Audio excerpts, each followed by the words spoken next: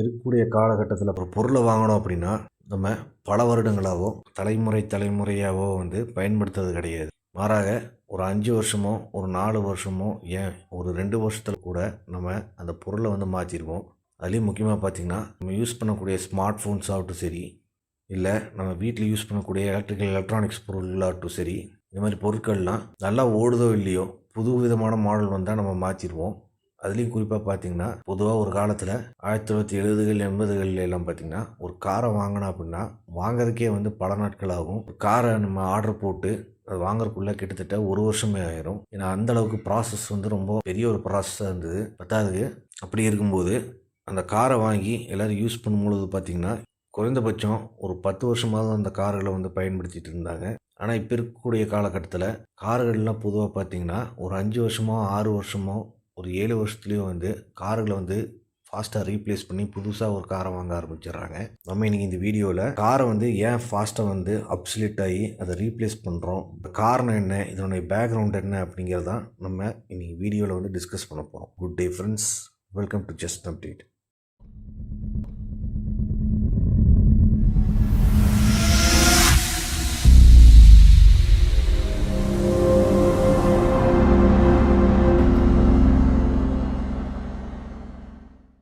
முன்னாடியே சொன்ன மாதிரி இப்போ இருக்கக்கூடிய காலகட்டத்தில் பார்த்திங்கன்னா ஒரு ஹோண்டா சிட்டியோ ஒரு ஸ்கோடாவோ இல்லை ஒரு ஹுண்டாய் காரோ வாங்கும் பொழுது நம்ம ஏன் பழைய அம்பாஸ்டர் காரை இந்நாள் வரைக்கும் மெயின்டைன் பண்ணுற மாதிரி நம்ம 20 வருஷமோ 30 வருஷமோ நீடித்து வைக்கணும்னு நம்மளுக்கு தோன்றதில்லை அப்படின்னு பார்த்திங்கன்னா அது one of the main reason என்னென்னு பார்த்திங்கன்னா பார்ட்ஸினுடைய ரிலையபிலிட்டி. பழைய காலத்து கார்கள்லாம் பார்த்திங்கன்னா ரொம்பவே ரிலையபிளாக இருக்கும். இப்போ இருக்கக்கூடிய கார்கள்லாம் பார்த்திங்கன்னா மேனுஃபேக்சரிங் பண்ணும்போதே மாடரேட் ரிலையபிலிட்டியோடு தான் மேனுஃபேக்சரிங் பண்ணுறாங்க. அது மெயின் ரீசன் என்னென்னு பார்த்திங்கன்னா கம்பெனிகள்லாம் நிறைய ப்ராஃபிட்டை எதிர்பார்த்து கார்களை மேனுஃபேக்சர் பண்ணுறாங்க. சீக்கிரமாக ஒரு பார்ட் டேமேஜ் ஆகி நம்ம அந்த பார்ட் ரீப்ளேஸ் பண்ணும் பொழுதும் இல்லை காரை கம்ப்ளீட்டாக மாற்றும் பொழுதும் இந்த கார் கம்பெனிகளுக்கு நிறையா லாபத்தை ஈட்டி கொடுக்கும். பெரிய காரணமாக அவங்க மனசில் வச்சு தான் இந்த மாதிரி எல்லா கார் கம்பெனிஸும் மீடியோக்கர் குவாலிட்டியில் பார்ட்ஸை வச்சு மேனுஃபேக்சர் பண்ணி கார்களை ரிலீஸ் பண்ணுறாங்க. இது நம்ம குறை சொல்ல முடியாது. ஏன்னா இப்போ காம்படிட்டிவான வேர்ல்டில் இருக்குங்காட்டி ஒவ்வொரு கார் கம்பெனியுமே அவங்க ப்ராடக்ட்ஸ் கம்மியான ரிலையபிலிட்டியாக மேனுஃபேக்சர் பண்ணுறாங்க. அது மட்டும் இல்லாமல் இதுக்கு இன்னொரு காரணமும் இருக்குது. 20 வருடங்களுக்கு 30-40 வருடங்களுக்கு முன்னாடிலாம் பார்த்திங்கன்னா சாஃப்ட்வேரில் அந்தளவுக்கு பிரபலமாக கிடையாது. முக்கியமாக கார் இண்டஸ்ட்ரியிலாம் யூஸ் பண்ணக்கூடிய சாஃப்ட்வேர்ஸில் வெறும் அக்கௌண்டிங்கு தான் யூஸ் பண்ணிகிட்டு இருந்தாங்க. அப்புறம் ஒரு 2D டிசைன் போடுறக்கோ 3D டிசைன் போடுறக்கோ தான் ரொம்ப பேசிக்காக யூஸ் பண்ணிக்கிட்டு இருந்தாங்க. மற்றபடி சிமுலேஷன் அப்படிங்கிறது ரொம்ப ரொம்ப அரிதான ஒரு விஷயமா இருந்தது. ஒரு கம்ப்யூட்டரில் ஒரு காரினுடைய பார்ட்னுடைய லைஃப்பை சிமுலேட் பண்ணி அதனுடைய ரிசல்ட்டை கொண்டு வருது அப்படிங்கிறது ரொம்ப கஷ்டமான காரியம். இப்போ இருக்கக்கூடிய சாஃப்ட்வேர்ஸில் பார்த்திங்கன்னா ஆன்சிஸ், கிரியோ, ஃப்ளோ மாஸ்டர் போன்ற பல இன்ஜினியரிங் சாஃப்ட்வேரை பயன்படுத்தி காரில் இருக்கக்கூடிய ஃப்ளூயிட் டைனமிக்ஸ் ஆகட்டும் சரி, காரினுடைய கிராஷ் டெஸ்ட் ஆகட்டும் சரி, ரியலாக டெஸ்ட் பண்ணுறதுக்கு பதிலாக நம்ம கம்ப்யூட்டர்லேயே வச்சு மேத்தமேட்டிக்கல் மாடலாக அதை அப்லோட் பண்ணி நம்ம டெஸ்டிங் பண்ணி ஒரு பார்ட்னுடைய ரிலையபிலிட்டியை கண்டுபிடிக்கலாம். அந்த காலத்தில் அதெல்லாம் பண்ண முடியாத காரணத்தினால கார் கம்பெனிகள்லாம் சீப்பான மெட்டீரியலில் யூஸ் பண்ணி சீக்கிரம் ஃபெயிலியர் ஆகி ஒரு காரினுடைய பிராண்ட் இமேஜை அவங்க கெடுக்கிறதுக்கு விருப்பம் இல்லாமல் எவ்வளோக்கு எவ்வளோ நல்ல ஒரு குவாலிட்டியான ஒரு ப்ராடக்டை செஞ்சு காரில் ஃபிட் பண்ணி அவங்க மேனுஃபேக்சர் பண்ண முடியுமோ அதுக்கான முயற்சியை எடுத்துகிட்டு இருந்தாங்க. அப்படி இருக்கும் பொழுது பார்த்திங்க அப்படின்னா மெர்சிடிஸ் கார் ஆகட்டும் சரி, டொயோட்டோ கார்கள் ஆகட்டும் சரி, ஹோண்டா போன்ற கார் நிறுவனங்கள்லாம் போட்டி போட்டு அவங்க கார்களை ரொம்ப குவாலிட்டியாக மேனுஃபேக்சர் பண்ணிகிட்டு இருந்தாங்க. அதனால் ஒரு பார்ட் எப்போ ஃபெயிலியர் ஆகும்னு தெரியாது. 5 வருஷத்தில் ஃபெயிலியர் ஆகுமா 10 வருஷத்தில் ஃபெயிலியர் ஆகுமான்னு தெரியாது. முடிஞ்ச அளவுக்கு லாங் லாஸ்டிங்கான ஒரு ரிலையபிளான ஒரு காரை மேனுஃபேக்சர் பண்ணணும்னு சொல்லிட்டு அவங்க ஹை குவாலிட்டி ப்ராடக்ட்ஸ் தான் யூஸ் பண்ணிகிட்டு இருந்தாங்க. அதனாலே பார்த்திங்கன்னா பல டெக்கேட்ஸ்க்கு முன்னாடி மேனுஃபேக்சர் பண்ணக்கூடிய கார்கள்லாம் இன்னும் ரிலையபிளாக ஓடிட்டுருக்கு. இது one of the main reason. அடுத்த ஒரு முக்கியமான பாயிண்ட் ஏன் மாடர்ன் கார்ஸ்லாம் ரிலையபிலிட்டியில் கம்மியாக இருக்குது அப்படின்னு பார்த்திங்கன்னா மக்களினுடைய கன்சியூமரிசம் மைண்ட் செட் தான். பல டெக்கேட்ஸ் முன்னாடி பார்த்திங்கன்னா வேர்ல்டு ஜிடிபி, வேர்ல்டுனுடைய டெக்னாலஜி எல்லாமே ரொம்ப கம்மியாக இருந்தது. எம்ப்ளாய்மெண்ட் ரேட்டு ரொம்ப மாடரேட்டாகவும் ரொம்ப போராகவும் தான் இருந்தது. ஆனால் இப்போது மக்கள்லாம் நிறைய சம்பாதிக்க ஆரம்பிச்சிடுறாங்க.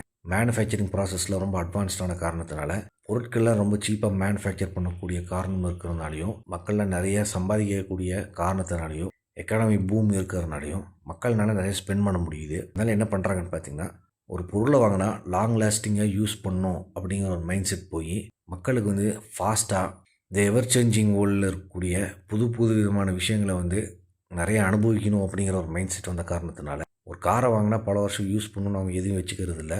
வாங்கி ஒரு சில வருடங்கள்லேயே வந்து அதை ரீப்ளேஸ் பண்ணணும் அப்படிங்கிற மென்டாலிட்டி வந்துட்டாங்க. ஸோ இதுவும் one of the main reason வந்து கார் கம்பெனிஸ் ரொம்ப ஹைலி மோட்டிவேட்டடாக வெரைட்டி ஆஃப் கார்ஸாகவும் ரொம்ப சீப்பான கார்ஸாகவும் ரொம்ப ரிலையபிலிட்டியில் கம்மியான ஒரு காராகவும் மேனுஃபேக்சர் பண்ணி மக்களை வந்து எவ்வளோக்கு எவ்வளோ சீக்கிரம் அதை யூஸ் பண்ணி சீக்கிரம் ஃபெயிலியர் ஆகணுன்னு கம்ப்ளீட்டாக ரீப்ளேஸ் பண்ணக்கூடிய ஒரு தன்மைக்கு வந்து மக்களை தள்ளியிருக்காங்கன்னு சொல்லலாம். அடுத்த ஒரு முக்கியமான பாயிண்ட் என்னென்னு பார்த்தீங்கன்னா, இந்த 20th செஞ்சுரியில் மேனுஃபேக்சர் பண்ணப்பட்ட கார்ஸில் எல்லாமே பார்த்தீங்கன்னா மெக்கானிக்கல் பார்ட்ஸ் தான் அதிகமாக இருக்கும். எலக்ட்ரானிக் எலிமெண்ட்ஸில் வந்து ரொம்ப கம்மியாக இருக்கும். ஆனால் இப்போ இருக்கக்கூடிய மாடர்ன் டே அதாவது டிஜிட்டல் ஏஜ் கார்ஸ்லாம் பார்த்தீங்கன்னா இன்ஃபோடெயின்மெண்ட் சிஸ்டம், ப்ளூடூத் இந்த மாதிரி போன்ற பல விஷயங்களை வந்து இன்க்ளூட் பண்ணி கொடுக்குறாங்க காரில். ஒரு ஆர்டிஃபிஷியல் இன்டெலிஜென்ஸ் போன்ற சமாச்சாரங்கள்லாம் வந்தது காரணத்தினால எல்லாமே வந்து மோஸ்ட்டாக எலக்ட்ரானிக்ஸ் அண்ட் டெக்னாலஜிக்கு வந்து ரொம்ப முக்கியத்துவம் கொடுக்குறாங்க கார் கம்பெனிஸ்லாம். இப்போது இதில் ஒரு சின்ன ஒரு பிரச்சனை இருக்குது. என்னதான் வந்து அட்வான்ஸ்டான ஒரு காரை வந்து ஹைலி அப்டேட்டடான காரை வந்து நீங்கள் ரிலீஸ் பண்ணாலும் இந்த கார்கள் வந்து நாளைக்கு எலக்ட்ரானிக்ஸ் பார்ட்ஸில் ஏதாவது ப்ராப்ளம் வந்தது அப்படின்னா கார்களில் நிறைய செலவு வேறு வச்சிடும். அது கார் வந்து சீக்கிரம் பழுதடைகிற மாதிரி ஒரு நிலைமைக்கு கொண்டு போய் விட்டுரும்.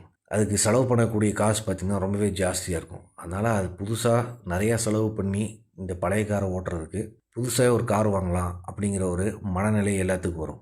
அதுலேயும் குறிப்பாக எலக்ட்ரிக் வெஹிக்கிள்ஸில் இப்போ இருக்கக்கூடிய காலகட்டத்தில் பார்த்திங்கன்னா ஒரு 10 வருஷம் நம்ம கார் ஓட்டுறோம் அப்படின்னா 10வது வருஷம் வந்து அந்த எலக்ட்ரிக் வெஹிக்கிளுடைய பேட்டரி வந்து கம்ப்ளீட்டாக ஃபெயிலியர் ஆகுது அப்படின்னு பார்த்திங்கன்னா அந்த பேட்டரியை கம்ப்ளீட்டாக ரீப்ளேஸ் பண்ணுறதுக்கு நீங்கள் செலவு பண்ணுறதுக்கு பதிலாக நீங்கள் புது ஒரு இவி காரே வந்து வாங்கிடலாம். ஏன்னா பேட்டரிலாம் அந்தளவுக்கு ரொம்ப எக்ஸ்பென்சிவான பேட்டரிஸ் தான் யூஸ் பண்ணுறாங்க. அதனால் இது ஆட்டோமேட்டிக்காக என்ன பண்ணும் அப்படின்னா புது கார் வாங்குறதுக்கான ஒரு மைண்ட் செட்டை தான் வந்து க்ரியேட் பண்ணி கொடுக்கும். கம்பெனிஸ்னுடைய ப்ராஃபிட் சீக்கிங் மென்டாலிட்டியும் அட்வான்ஸ்டான மேனுஃபேக்சரிங் ப்ராசஸ் மற்றும் கம்ப்யூட்டர் சிமுலேஷன் மெத்தட்ஸ் இருக்கிற காரணமும் மக்களினுடைய கன்சியூமரிசம் மைண்ட் செட்டும் இவி வெஹிக்கிள்ஸ் மற்றும் டெக்னாலஜியினுடைய எலக்ட்ரானிக்ஸ் டெவலப்மெண்ட்ஸ் ஆகட்டும் சரி, இதெல்லாம் தான் வந்து மாடர்ன் கார்ஸை வந்து ஒரு ரிலையபிலிட்டியில் கொஞ்சம் தூக்கி கொடுக்காம இறக்கி கொடுக்குதுன்னு சொல்லலாம். இது மட்டுமே காரணமாகிடாது, பல காரணங்கள் இருக்குது. ஆனால் நான் சொன்ன இந்த 4 பாயிண்ட்டுமே வந்து முக்கியமான பாயிண்ட்டை நமக்கு கன்சிடர் பண்ணலாம்.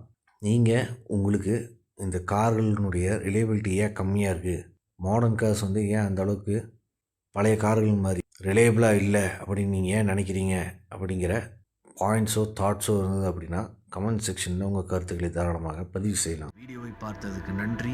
நீங்கள் புது வியூவராக இருந்தால் நம்ம சேனலுக்கு சப்ஸ்கிரைப் பண்ணுங்கள். உங்களுக்கு இந்த மாதிரி டெக்னாலஜி அண்ட் ஆட்டோமொபைல் ரிலேட்டட் வீடியோஸ்லாம் அப்டுடேட்டாக கிடைக்கும். இந்த வீடியோவை லைக் பண்ணுங்கள். அப்போ தான் இந்த யூடியூப் அல்காரிதம் இந்த வீடியோவை ரெக்கக்னைஸ் பண்ணி நிறைய பேர்த்துக்கு இந்த வீடியோவை போட்டு காட்டும். அது மட்டும் இல்லாமல் எனக்கு மோட்டிவேஷ்னலாகவும் இருக்கும். நீங்கள் கண்டிப்பாக லைக் பண்ணுவீங்கன்னு எனக்கு தெரியும். மறக்காமல் இந்த வீடியோவை உங்கள் நண்பர்களுக்கும் உறவினர்களுக்கும் ஷேர் பண்ணுங்கள். அவங்களும் நிறைய விஷயங்கள் இந்த மாதிரி சுவாரஸ்யமான தகவல்களை பார்த்து தெரிந்து கொள்ளட்டும். மீண்டும் அடுத்த முறை சந்திப்போம். நன்றி, வணக்கம்.